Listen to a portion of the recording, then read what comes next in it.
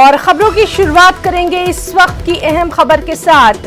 बंगाल के गवर्नर पर वहां की सीएम ममता बनर्जी ने निशाना साधा है। गवर्नर को वापस बुलाने के लिए बाकायदा ममता बनर्जी ने पीएम को खत लिख दिया है।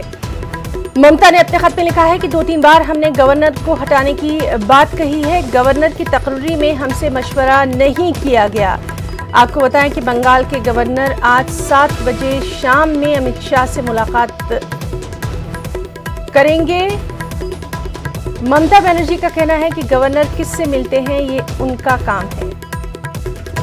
तो अहम खबर जिस तरह से लगातार हम पहले भी देखते रहे हैं कि मगरबी बंगाल के गवर्नर और वहां की जो सीएम है ममता बनर्जी लगातार जिस तरह की रस्साकशी रही है, इस पर अब ममता बनर्जी ने निशाना साधा है और गवर्नर को वापस बुलाने के लिए वज़ीर-ए-आज़म नरेंद्र मोदी को खत लिखा है।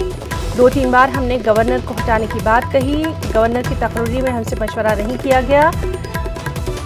ये बात अपने खत में ममता बनर्जी ने कही है। गवर्नर किससे मिलते हैं ये उनका काम है।